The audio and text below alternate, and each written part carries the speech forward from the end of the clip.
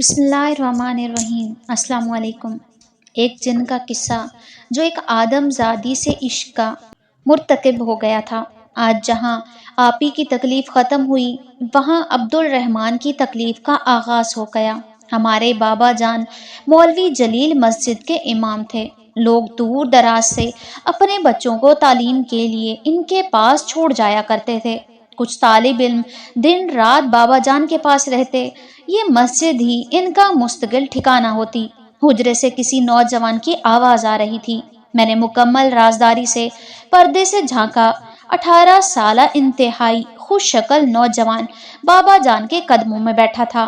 مولوی صاحب، مجھے اپنی شاگردی میں لے لیجئے، میں آپ کو کسی شکایت کا موقع نہیں دوں گا۔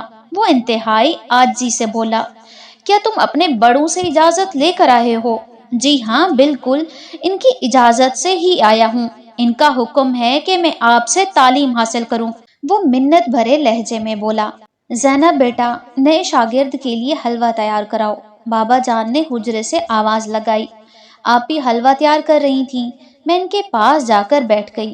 آپی، نیا شاگرد اس قدر خوبصورت ہے کہ کیا بتاؤں۔ اس کی آنکھیں انتہائی سیاہ چمکدار ہیں کہ کوئی بھی زیادہ دیر تک ان کی طرف دیکھ نہیں سکتا۔ اتنا خوش شکل لڑکا میں نے آج تک نہیں دیکھا۔ آپ بھی اگر اسے ایک بار دیکھ لینا تو بے ہوش ہو جائیں گی۔ تم تو ہر شاگرد کے بارے میں ایسا ہی کہتی ہو، اور میرا ابھی بے ہوش ہونے کا کوئی ارادہ نہیں، کیونکہ میں نے حلوہ تیار کر کے اندر بھجوانا ہے۔ آپی بھی مسکراتے ہوئے بولی، زینب یہ اندر لے جاؤ۔ انہوں نے حلوے کی پلیٹ میری طرف بڑھاتے ہوئے کہا۔ میں پلیٹ سے تھوڑا سا حلوہ کھانے لگی کہ آپی نے گرم گرم چمچ میرے ہاتھ پر مارا۔ منع کیا ہے نا بابا جان نے کہ شاگرد سے پہلے اس میں سے کوئی نہ کھایا کرے، آپی نے غصے سے کہا۔ آپی، کیا ہوا اگر ایک لقمہ لے لیتی تو میں؟ میرے مبارک ہاتھوں سے حلوہ اور بابرکت ہو جاتا۔ حلوے کو دیکھ کر میرے منہ میں پانی آ رہا تھا۔ میں نے چڑھتے ہوئے جواب دیا۔ میں حلوہ لے کر اندر گئی۔ ایک نظر چپکے سے عبد الرحمن پر ڈالی۔ وہ باادب طریقے سے نظریں جھکائے بیٹھا تھا۔ وہ بے حد حسین تھا۔ میں حلوہ دے کر آ گئی، مگر پردے سے جھانک کر ان کی باتیں سننے لگی۔ بابا جان نے تلاوت شروع کی۔ ارے یہ کیا؟ مجھے حیرت کا شدید جھٹکا لگا۔ بابا جان تو ہمیشہ سورۃ مدثر یا سورۃ مزمل کی تلاوت کرتے تھے، مگر آج وہ سورۃ جن کی تلاوت کر رہے تھے۔ تلاوت مکمل ہوئی تو وہ اس لڑکے کو نصیحتیں کرنے لگے۔ عبد الرحمن، زندگی میں کبھی جھوٹ نہیں بولو گے، شیطان کے مکر و فریب سے بچو گے، اور یاد رکھنا میں کسی قسم کی سرکشی برداشت نہیں کروں گا۔ بابا جان سنجیدگی سے بولے، میں پوری کوشش کروں گا۔ وہ بھی سعادت مندی سے بولا۔ بابا جان نے اس کو اپنے ہاتھوں سے حلوہ کھلایا اور پلیٹ اسے پکڑا دی۔ بابا جان، ایک بات پوچھوں؟ جب بابا جان آئے تو میں نے بے صبری سے پوچھا۔ ہاں پوچھو بابا۔ جب بھی نیا شاگرد آتا ہے آپ سورۃ مزمل یا سورۃ مدثر کی تلاوت کرتے ہیں، مگر آج آپ نے سورۃ جن کی تلاوت کیوں کی؟ میں تجسس سے بولی، بہت بدتمیز ہو تم، خبردار تم نے آئندہ کبھی یوں اندر جھانکا۔ بابا جان اچھے خاصے غصے میں آ گئے، مگر میں نے ہمیشہ کی طرح ان کے غصے کی کوئی پرواہ نہ کی۔ عبد الرحمن بہت ہی تابعدار شاگرد تھا۔ ہر کام بہت پھرتی سے کرتا، مسجد میں پانی بھرتا، نمازیوں کے لیے صفیں بچھاتا، اکثر جماعت کرواتا۔ بابا جان کی طبیعت ناساز ہوتی تو صبح سویرے اذان دیتا۔ اس کی آواز بے حد خوبصورت تھی۔ بابا جان کو اپنے ہاتھوں سے جوتے پہناتا۔ ایک مرتبہ بابا جان سخت بیمار پڑ گئے۔ کسی دوا سے افاقہ نہ ہو رہا تھا، اور اس پر مصیبت یہ کہ عبد الرحمن بتائے بغیر نہ جانے کہاں غائب ہو گیا تھا۔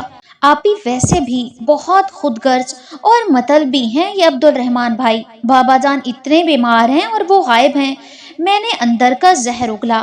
بھائی بیچارے کو کوئی مجبوری ہوگی۔ آپی نے اس کی حمایت کی۔ پھر اچانک ہی عبد الرحمن واپس آ گیا۔ اس کے ہاتھ میں جڑی بوٹیاں تھی۔ مولوی صاحب، مٹی کی ہنڈیاں ملے گی؟ زینب بھائی کو ہنڈیاں لا کر دو۔ بابا جان کھانستے ہوئے بولے۔ میں نے ہنڈیاں لا کر دی۔ پھر اس نے ماچس مانگی۔ میں بھاگی بھاگی لے کر آئی، مگر توازن قائم نہ رہا اور میں گر پڑی۔ ماچس بھی جا کر پانی میں گر گئی۔ اب کیا ہوگا؟ اور تو کوئی ماچس ہی نہیں ہے۔ میں نے گھبراتے ہوئے کہا۔ اچھا تم جاؤ، میں کچھ کرتا ہوں۔ عبد الرحمن بولا۔ میں چلی تو گئی، مگر حسب عادت چپکے سے جھانکنے لگی۔ پھر جو منظر میری آنکھوں نے دیکھا وہ ناقابل یقین تھا۔ عبد الرحمن نے اطمینان سے لکڑیوں پر ہاتھ رکھا اور منہ ہی منہ میں کچھ پڑھنے لگا۔ چند لمحوں بعد آگ بھڑک اٹھی۔ میرا دل خوف سے کانپ گیا۔ عبد الرحمن یوں کھڑا تھا جیسے کوئی معمولی بات ہو۔ ابو کو دوا تیار کر کے دی گئی تو وہ یوں تندرست ہو گئے جیسے کبھی بیمار ہی نہ تھے۔ آپی کو تمام واقعہ بتایا تو وہ فوراً چڑ گئی۔ زینب، کیا بات ہے، تم ہر وقت کیوں اس پر غور کرتی ہو؟ ابو کو خبر ہوئی تو سخت ناراض ہوں گے۔ پھر آپی تو سو گئی، مگر میں عبد الرحمن کی عجیب و غریب شخصیت پر غور کرتی رہی۔ اب وہ رفتہ رفتہ بابا جان کے بہت اچھے شاگرد بن گئے۔ بابا جان ان پر بہت اعتماد کرتے۔ علاقے کے کچھ مالدار لوگ مسجد کے لیے کنواں کھدوانا چاہتے تھے، مگر کام نہیں ہو پا رہا تھا۔ بہت سے مزدور لگے ہوئے تھے، مگر نہ جانے کیا مسئلہ تھا۔ بابا جان کہتے، اگر عبد الرحمن ہوتا تو کبھی اتنا دیر نہ ہوتی۔ اتنے لوگ مل کر کچھ نہ کر سکے تو دیا سلائی کیا کرے گی؟ میں نے عبد الرحمن کا مذاق اڑایا۔ کافی دن بعد عبد الرحمن واپس آیا تو بابا جان نے مسئلہ بتایا۔ عبد الرحمن نے فوراً کام شروع کر دیا، مگر کھدائی کے دوران کوئی بھی نظر نہیں آتا۔ ارے یہاں تو کوئی بھی کام کرتا نظر نہیں آ رہا۔ آپی نے میرے ساتھ کھڑکی میں سے دیکھتے ہوئے کہا۔ دیکھا، میں کہتی تھی نا کہ عبد الرحمن بھائی بہت عجیب و غریب انسان ہے۔ اس کی شخصیت دن بہ دن عجیب سے عجیب تر ہوتی جا رہی تھی۔ عبد الرحمن کی ڈیوٹی بابا جان نے کھانا لانے کی لگائی تھی۔ دوپہر کو وہ ان کا کھانا لے کر جاتے۔ آپی بھی ان سے مکمل پردہ کرتی۔ ایک دن آپی عبد الرحمن کو کھانا پکڑا رہی تھی کہ ان کے درمیان میں لگی چھک گر گئی۔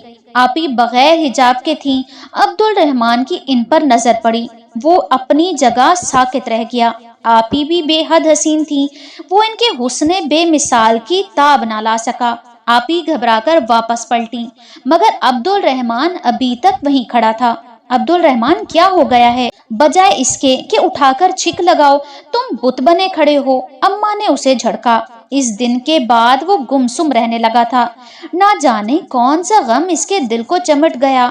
آسمان پر گہرے بادل چھائے ہوئے تھے۔ میں بھی ضد کر کے آپی کو ساتھ لیے چھت پر آ گئی۔ ٹھنڈی ہوا دل و دماغ کو سکون دے رہی تھی۔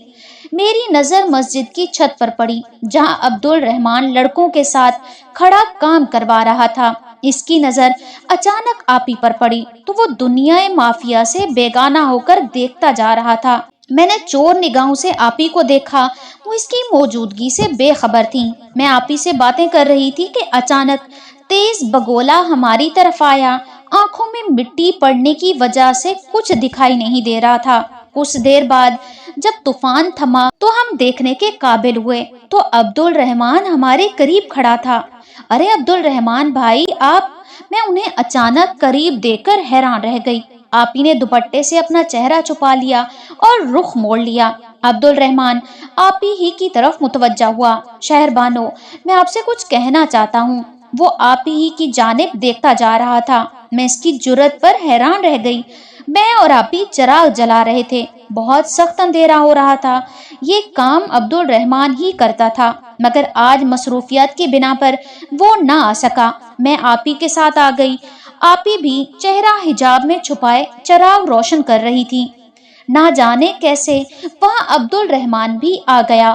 وہ ذرا فاصلے پر تھا جہاں کچھ اندھیرا تھا، مگر میں باخبر تھی۔ اس کی محویت نے میرے شک کو یقین میں بدل دیا کہ وہ آپی کی محبت میں گرفتار ہو چکا ہے۔ وہ آپی پر سے نظر نہیں ہٹا رہا تھا۔ اس کی آنکھیں تو جیسے ستاروں کی طرح چمک رہی تھی۔ اس اثنا میں جانے کب ایک چراغ پر آپی کا دوپٹہ گرا اور آگ لگ گئی۔ میری تو چیخ نکل گئی۔ آپی بھی سخت گھبرا گئی۔ عبد الرحمان تیزی سے ان کی طرف بڑھا اور دیکھتے ہی دیکھتے آگ بجھا دی۔ آپ یہ روئے جا رہی تھی۔ عبد الرحمان بھائی، آگ نے تو آپ کے ہاتھوں کو ذرا بھی نقصان نہیں پہنچایا۔ میں حیران ہوئی، ارے آگ کو آگ کیا نقصان پہنچائے گی؟ وہ یوں ہاتھ جھاڑ رہے تھے جیسے مٹی جھاڑ رہے ہوں۔ ان کی بات پر بابا جان کے چہرے پر شدید ناگواری آ گئی۔ ابھی تو وہ تشکر امیز نگاہوں سے اسے دیکھ رہے تھے، اب انہیں گھورنے لگے۔ عبد الرحمان نے فوراً بھاگ کر ان کے پاؤں پکڑ لیے۔ مولوی صاحب معاف کر دیں، غلطی سے منہ سے نکل گیا۔ عبد الرحمان پشیمانی سے بولا، کہا تھا نا کہ ہر دنیا کے اپنے اصول ہوتے ہیں، مگر تم بھولتے جا رہے ہو۔ آئندہ غلطی ہوئی تو تمہیں تمہاری دنیا کی طرف روانہ کر دوں گا۔ بابا جان غصے سے بولے۔ یہ سب دیکھ کر میرا ذہن الجھ گیا، مگر کوئی سرا ہاتھ نہ آیا۔ یہ بات تو طے تھی کہ کوئی ایسی بات ضرور تھی جو ہم سے پوشیدہ تھی، مگر ابا جان واقف تھے۔ جمعرات کا دن تھا۔ عبد الرحمان کھانا لینے آیا تو مجھے پکارا، زینب میرا ایک کام کرو گی؟ کون سا کام؟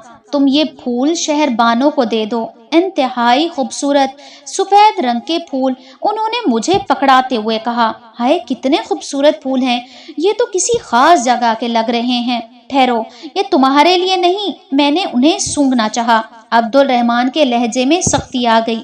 اچھا بابا، آپ ہی کو ہی دے دوں گی، مگر کیا سونگھنے پر بھی پابندی ہے؟ بس یہی سمجھ لو۔ میں نے وہ پھول دوپٹے میں چھپائے اور اندر آ گئی۔ مجھے ذرا بھی اندازہ نہیں تھا کہ آپی کی بربادی کا سامان میں اپنے ہاتھوں سے اٹھا کر لائی ہوں۔ آپی، یہ پھول عبد الرحمان بھائی نے بھجوائے ہیں۔ میں نے پھول دیتے ہوئے شوخی سے چھیڑا۔ لیکن کیوں؟ آپی نے حیرت سے پوچھا۔ پتہ نہیں مجھے تو۔ انہوں نے کہا کہ خاص جگہ کی سوغات ہیں اور خاص لوگوں کے لیے ہیں۔ کس قدر عمدہ خوشبو ہے۔ آپی نے کہتے ہوئے ایک لڑی اپنے بالوں میں لگا لی۔ پھولوں نے ان کے حسن کو چار چاند لگا دیے۔ میں نے نظر بچا کر ایک پھول بالوں میں لگا لیا۔ پھول لگاتے ہی میرا سر بری طرح سے چکرانے لگا۔ میں گھبرا کر زمین پر بیٹھ گئی۔ دل ڈوبنے لگا، شاید غنودگی طاری ہونے لگی۔ مجھے یوں لگا جیسے کسی نے کندھوں پر پہاڑ جتنا وزن رکھ دیا ہے۔ میں نے گھبرا کر پھول اتار دیا۔ حالت سنبھلی تو آپی کو دیکھا، وہ گہری نیند سو چکی تھی۔ اتنے میں اماں آ گئی۔ ارے یہ لڑکی مغرب کے وقت سو رہی ہے، یہ تو اس وقت نہیں سوتی۔ اماں حیران ہوئی، اور اس نے یہ پھول کیوں لگا رکھے ہیں؟ میں چپ رہی، جانتی تھی کہ مجھے سخت ڈانٹ پڑے گی۔ رات کے آخری پہر میں آنکھ کھلی تو آپ بھی اپنے بستر پر نہیں تھی، شاید پانی پینے گئی ہوں۔ میں نے دل کو تسلی دی۔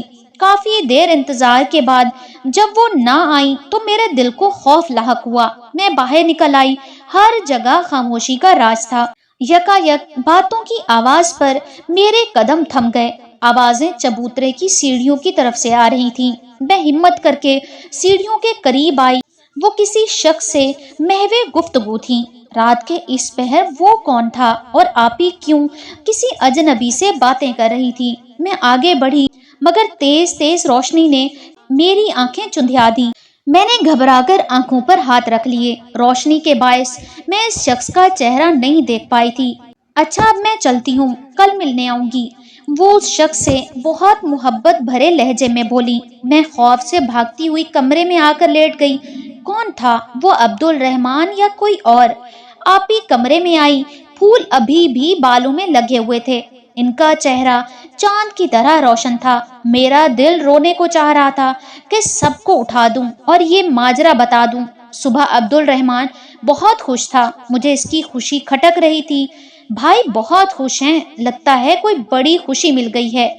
ہاں کچھ ایسا ہی ہے۔ میں نے اسے کریدتے ہوئے پوچھا، ایک بات پوچھوں؟ میں نے رات کا واقعہ بتا دیا۔ میری نظریں اس کے چہرے پر تھیں۔ اچھا، میں نے ایسا کچھ نہیں دیکھا، وہ گڑبڑا کر بولا۔ اچھا تو ٹھیک ہے، میں بابا جان سے پوچھ لوں گی۔ میں نے اندھیرے میں تیر چلایا۔ نہیں، مولوی صاحب سے بات کرنے کی ضرورت نہیں، میں خود سارے معاملے کی نوعیت معلوم کرتا ہوں۔ ابھی نماز کو دیر ہو رہی ہے، میں مسجد جا رہا ہوں۔ وہ نظریں چرا کر بولا اور باہر نکل گیا۔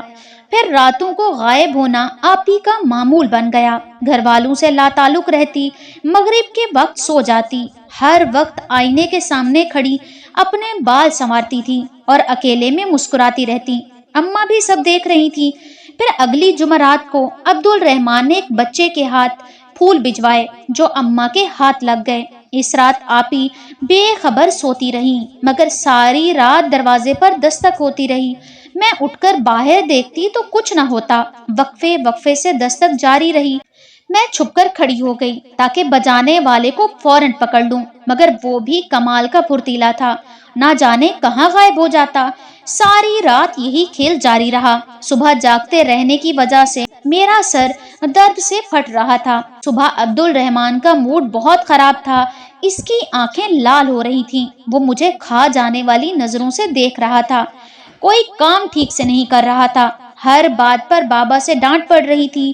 بھائی کیا بات ہے؟ آج مزاج بہت بگڑا ہوا معلوم ہوتا ہے، میں نے ہنستے ہوئے کہا۔ اشرف المخلوقات کو ہماری خوشی برداشت کہاں ہوتی ہے، وہ جل بھن کر کہتا ہوا باہر نکل گیا۔ اشرف المخلوقات، ارے پھر یہ خود کیا ہے؟ میں حیران ہوئی۔ ایک رات کو آپی پھر غائب تھی۔ میں غصے کے عالم میں باہر نکل گئی، دل چاہ رہا تھا کہ اس انجان آدمی کا حشر نشر کر دوں۔ آپی سے چھپ چھپا کر ملتا ہے، میری آپی کتنا باحیا اور نیک ہے۔ میں سوچتی وہاں گئی تو دیکھا روشنی کا مضبوط حصار موجود تھا، میں ایک قدم بھی آگے نہ بڑھ سکی۔ ہاں میں وعدہ کرتی ہوں تم سے ہی شادی کروں گی، آپی ہنستے ہوئے وعدہ کر رہی تھی۔ میرا دل دھک سے رہ گیا کہ ابا جان کو خبر ہوئی تو کس قدر خفا ہوں گے۔ یا اللہ، یہ کون تھا جو اس وقت آتا ہے اور کسی کو کانوں کان خبر نہیں ہوتی؟ آپی، آپ رات کو کس سے باتیں کر رہی تھی؟ میں نے انتہائی غصے سے پوچھا۔ میں؟ ارے پاگل، میں تو سو رہی تھی، آپی نے لاپرواہی سے ہنستے ہوئے کہا۔ اگلی جمعرات کو عبد الرحمن نے پھر سے پھول بھجوائے جو اتفاقاً بابا جان کے ہاتھ لگ گئے۔ وہ انتہائی جلال کی حالت میں اس کو آوازیں دیتے ہوئے حجرے میں چلے گئے۔ میں نے چپکے سے جھانکا۔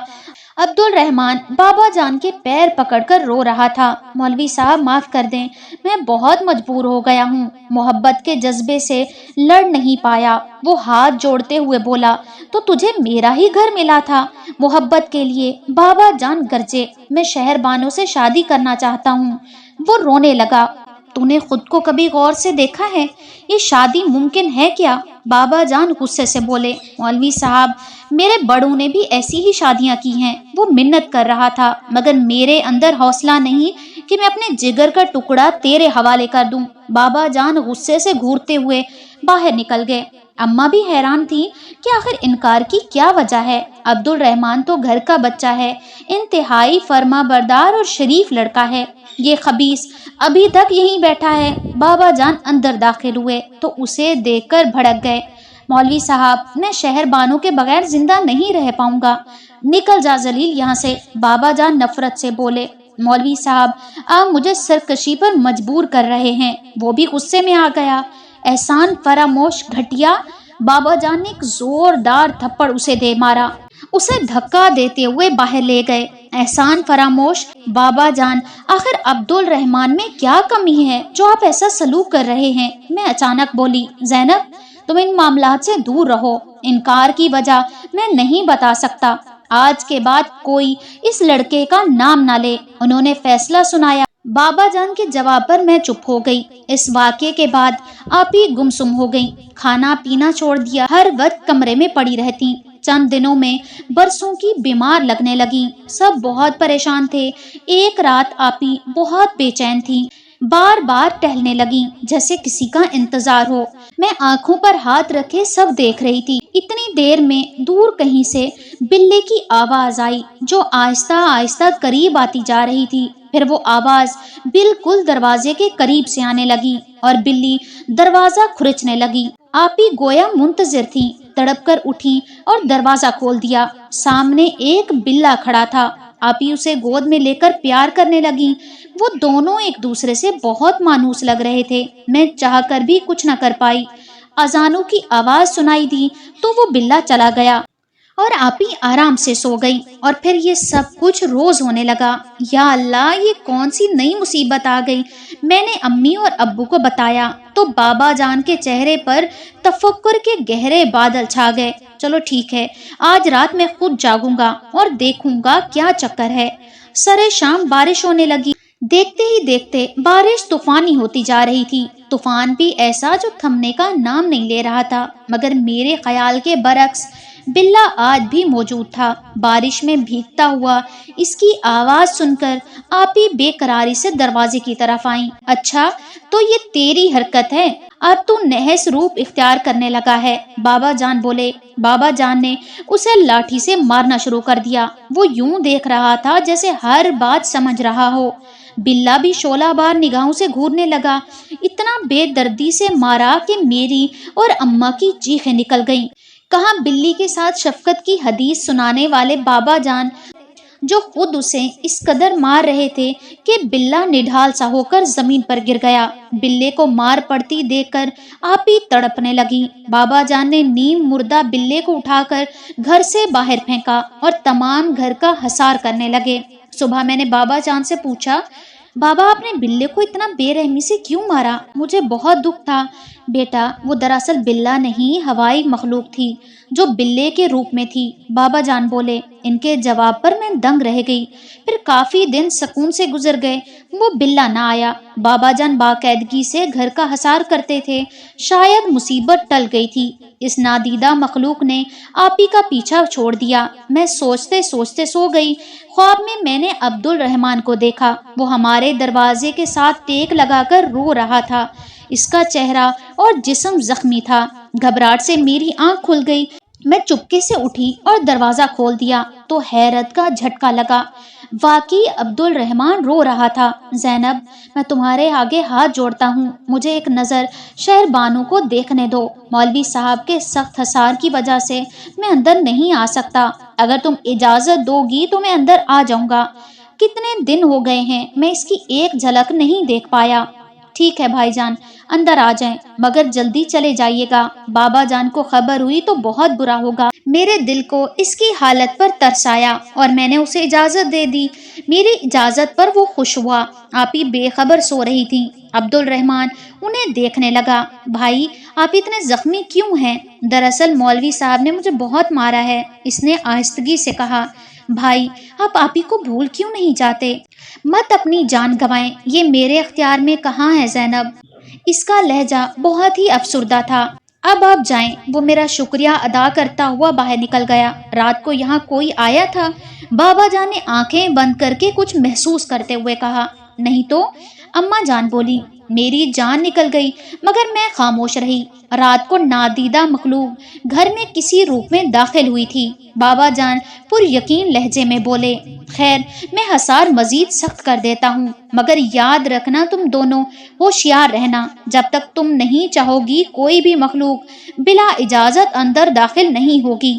وہ نصیحت کرتے ہوئے بولے۔ حصار سخت ہوتے ہی بلے کی دل خراش آوازیں دوبارہ آنے لگیں۔ آواز سن کر آپی کی حالت بے حد جنونی ہو گئی، انہیں دورے پڑنے لگے، آنکھیں لال ہو گئیں۔ وہ بار بار دروازہ کھولنے کی کوشش کرتی۔ ساری رات ہم پہرا دیتے، بلے کی آوازیں اس قدر بھیانک ہوتی لگتا کانوں کے پردے پھٹ جائیں گے۔ وہ نادیدہ مخلوق اب انتقامی کارروائیوں پر اتر آئی تھی۔ کبھی گھر کے کسی حصے میں آگ بھڑک اٹھتی، کبھی مسجد کا کوئی حصہ گر جاتا، اذان کے وقت لاؤڈ سپیکر میں کرنٹ آ جاتا، مغرب کے بعد گھر میں پتھر برسنا شروع ہو جاتے۔ وہ اس قدر بڑے ہوتے کہ بابا جان اکثر زخمی ہو جاتے۔ فرشتے کو شیطان بننے میں بس پل بھر کی دیر لگتی ہے۔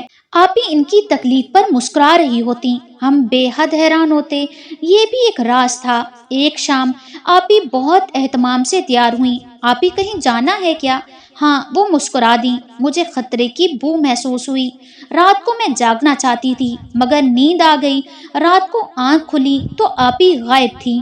حصار کی وجہ سے کوئی مخلوق اندر تو داخل ہو نہیں سکتی تھی، مگر شاید اس نے آپی کو باہر بلا لیا تھا۔ مجھے خود پر بہت غصہ آ رہا تھا کہ میں کیوں سوئی۔ بابا جان کو بتایا، سارے گھر میں ڈھونڈا مگر آپی نہ ملی۔ ہم باہر میدان میں آ گئے جہاں کنواں تھا۔ وہاں جب منظر دیکھا تو میرے پیروں تلے سے زمین نکل گئی۔ رنگ و نور کا سما تھا، پوری فضا خوشبو سے معطر تھی۔ کنویں پر بے شمار دیے جل رہے تھے۔ آپی کے لیے اس قدر اہتمام تھا کہ کرنے والے کی محبت ظاہر ہو رہی تھی۔ ہم کنویں کے پاس گئے مگر ہم کچھ خاص دیکھ نہیں پا رہے تھے۔ وہاں کوئی مضبوط سا حصار تھا جو ہمیں روک رہا تھا۔ میں زمین پر بیٹھ کر رونے لگی۔ بابا جان انتہائی غصے کے عالم میں کچھ پڑھنے لگے۔ آپی بھی کنویں کے قریب بے ہوش پڑی تھی۔ پھر نماز فجر کے بعد بابا جان نے ضروری سامان لیا اور باہر جانے لگے۔ کیا ہوا؟ کہیں جا رہے ہیں؟ ہاں، میں گجرات اپنے پیر و مرشد کے پاس جا رہا ہوں۔ اب اس خبیث کا کچھ کرنا پڑے گا۔ عشاء کے بعد بابا جان واپس لوٹے۔ ان کے کپڑے کیچڑ میں لت پت تھے، جگہ جگہ پر خون کے دھبے تھے۔ بابا جان کیا ہوا؟ خیریت ہے؟ آپ کے پیر و مرشد نہیں آئے؟ میں نے ایک ہی ساتھ کئی سوال کر ڈالے۔ بابا جان نے جو قصہ سنایا وہ سن کر میں اور اماں جان خوف زدہ ہو گئے۔ میں بس کے انتظار میں کھڑا تھا کہ بارش شروع ہو گئی۔ اللہ اللہ کر کے بس پہنچی، مگر بس نے کوئی 7 چکر لگائے، مگر ہر بار مجھے ایک ہی سڑک پر اتار جاتی۔ میری سمجھ سے باہر تھا کہ یہ کیا ماجرا ہے۔ اسی الجھن میں کھڑا تھا کہ طوفانی بارش پھر سے شروع ہو گئی۔ حیرت انگیز طور پر بارش کا رنگ سرخ تھا۔ میں گھبرا گیا، پیڑ کے نیچے کھڑا ہو گیا۔ بارش آہستہ آہستہ تھمنے لگی تو میں نے دوبارہ ہمت کی۔ اس اثنا میں 2-3 چھوٹے بچے نظر آئے۔ ان کے کان جانوروں کے کانوں کی طرح لمبے لمبے تھے، رنگت سیاہ، آنکھیں لال۔ دیکھو، ان پر نظر رکھنا، یہ گجرات اپنے پیر صاحب کے پاس نہ جانے پائیں۔ وہ تینوں سرگوشیاں کرتے ہوئے غائب ہو گئے۔ ان کی باتیں سن کر میں بھی پریشان ہو گیا۔ میں نے یہاں سے جلد از جلد نکلنے کا ارادہ کیا تو کچھ مرد اور عورتیں نظر آئے۔ مرد ڈھول بجا رہے تھے، عورتوں کے ہاتھوں میں مہندی کے تھال تھے۔ اس ویرانے میں یہ لوگ میری سمجھ سے باہر تھا، شاید شادی میں جا رہے ہوں۔ میں نے دل کو تسلی دی۔ بھائی، آپ لوگ بھی گجرات جا رہے ہیں؟ میں نے ایک شخص کو مخاطب کیا۔ اس نے میری بات کا جواب نہ دیا۔ میں سمجھا شاید بہرا ہے۔ ارے مولوی صاحب، ہم گجرات نہیں، ہم تو شہر بانو کی شادی میں جا رہے ہیں۔ آپ کی بیٹی کی شادی ہے اور آپ یہاں ہیں۔ اتنا کہہ کر وہ کہکا لگانے لگے اور دیکھتے ہی دیکھتے دھواں بن کر غائب ہو گئے۔ اس ویرانے میں اپنی بیٹی کا نام سن کر میرا دل ڈوبنے لگا۔ سوچا پر لگا کر اڑ کر چلا جاؤں، اپنی بیٹی کو دیکھ لوں کہ وہ خیریت سے تو ہے۔ بابا جان یہ بتا کر رونے لگے۔ میری اور اماں کی آنکھوں میں بھی آنسو آ گئے۔ تب یہ تو مجھے اندازہ ہو گیا تھا کہ میں کسی شیطانی چکر میں پھنس گیا ہوں۔ یہ مجھے ہرگز پیر و مرشد سے ملنے نہیں دیں گے۔ بابا جان دوبارہ بولے۔ پھر میں تھک ہار کر واپسی کے لیے اٹھ کر کھڑا ہوا تو ایک 70-80 سالہ شخص دکھائی دیا۔ اس کی کمر جھکی ہوئی تھی، ہاتھ میں لاٹھی پکڑے وہ میری طرف آ رہا تھا۔ میں اس کو شیطانی مخلوق سمجھ رہا تھا، مگر اس کا نورانی چہرہ دیکھ کر دل کو تسلی دی۔ تم پریشان ہو بیٹی کے لیے؟ انہوں نے مجھے مخاطب کیا۔ میں بے حد حیران ہوا کہ وہ بغیر کہے میرے دل کی بات کیسے جان گئے ہیں۔ اس کے اوپر بہت سخت چیز کا قبضہ ہے، اس کو قابو کرنا تمہارے بس کی بات نہیں۔ یہ لو پکڑو۔ انہوں نے ایک تعویذ میری طرف بڑھا دیا۔ اس کے گلے میں ڈال دینا، بالکل ٹھیک ہو جائے گی۔ وہ بزرگ بول کر غائب ہو گئے۔ بابا جان اتنا بتا کر خاموش ہو گئے۔ زینب، یہ شہر بانو کے گلے میں ڈال دو۔ بابا جان نڈھال لہجے میں بولے۔ تعویذ پہننے کے بعد 2 دن تک آپی ٹھیک رہیں۔ ہم سمجھے مصیبت ٹل گئی ہے، مگر یہ ہماری غلط فہمی تھی۔ آپی بھی دوبارہ راتوں کو غائب ہونے لگی۔ اس نادیدہ مخلوق نے کیا چکر چلایا کہ آپی بہت ہی بے چین رہنے لگی۔ اس تعویذ کا ہمیں تو کوئی فائدہ نہ ہوا اور نہ ہی آپی کو، مگر وہ مخلوق خوب فائدے اٹھا رہی تھی۔ اب سارے علاقے میں یہ بات پھیل گئی، مولوی صاحب کی بیٹی پر ہوائی مخلوق کا قبضہ ہے۔ وہ ہر صبح کو کنویں کے قریب بے ہوش پڑی ملتی ہے۔ بابا جان نے گھر سے باہر نکلنا چھوڑ دیا۔ وہ ہر وقت روتے رہتے۔ ان کے رونے میں ایک بے بسی تھی کہ وہ اپنی بیٹی کو بچا نہیں پا رہے تھے۔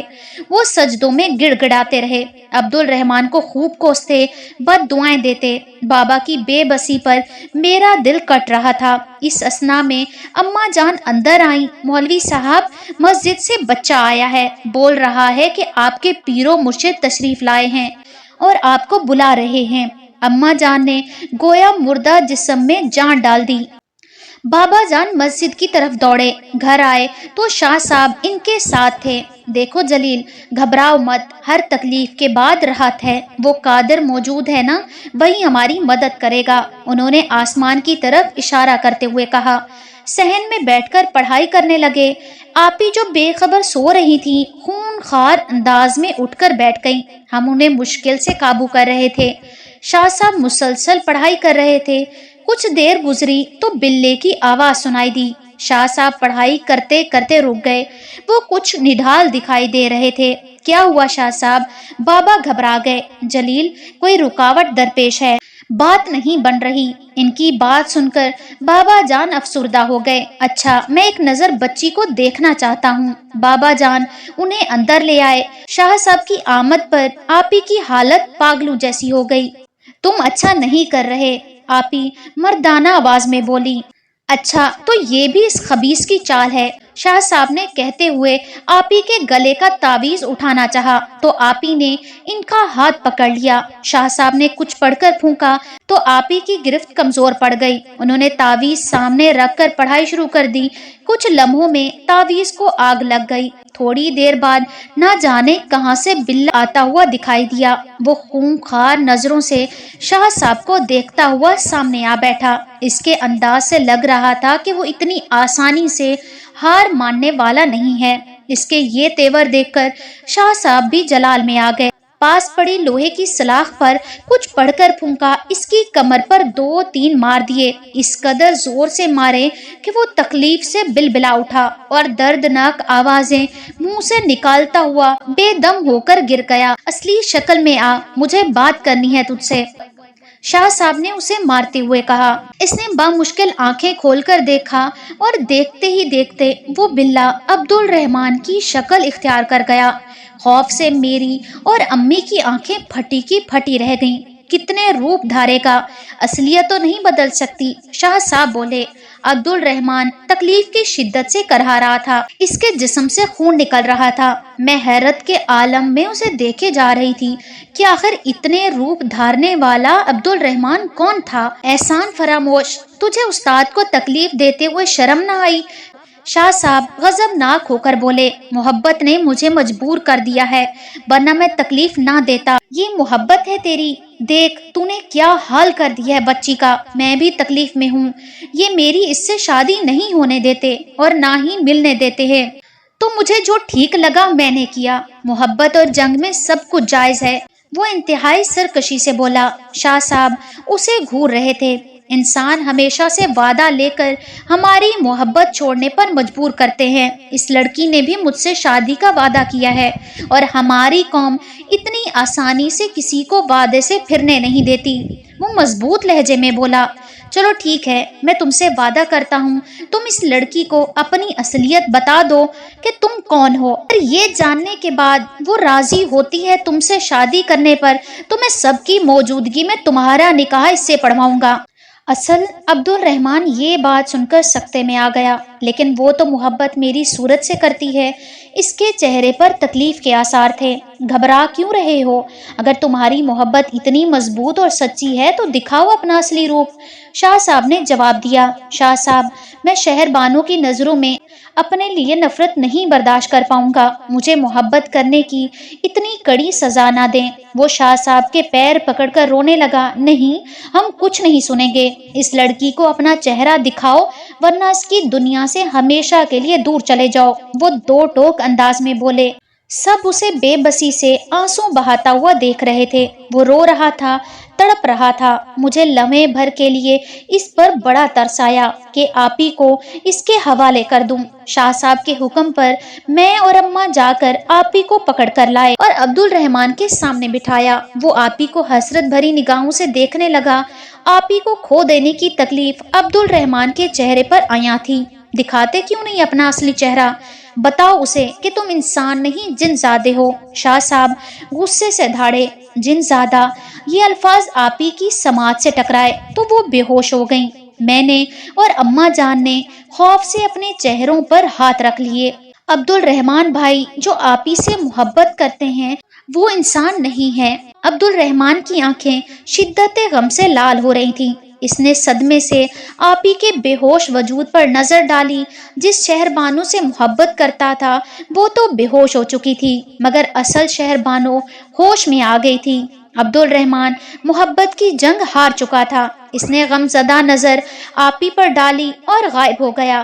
اس دن کے بعد سے بابا جان نے کسی کو اپنا شاگرد نہ بنایا۔ سچ ہے، اگر واقعی آگ کو آگ نہیں جلا سکتی، مگر آتش محبت نے ایک جن زادے کو جلا کر راکھ کر دیا، اور ساتھ ہی جو اعتماد کا خون ہوا تھا، اس کا کوئی مول نہیں۔ اگر آپ کو ہماری یہ کہانی پسند آئی ہو تو ہمارے چینل کو لائک، شیئر، سبسکرائب کیجیے۔ اگلی کہانی تک اجازت دیجیے۔ اللہ حافظ۔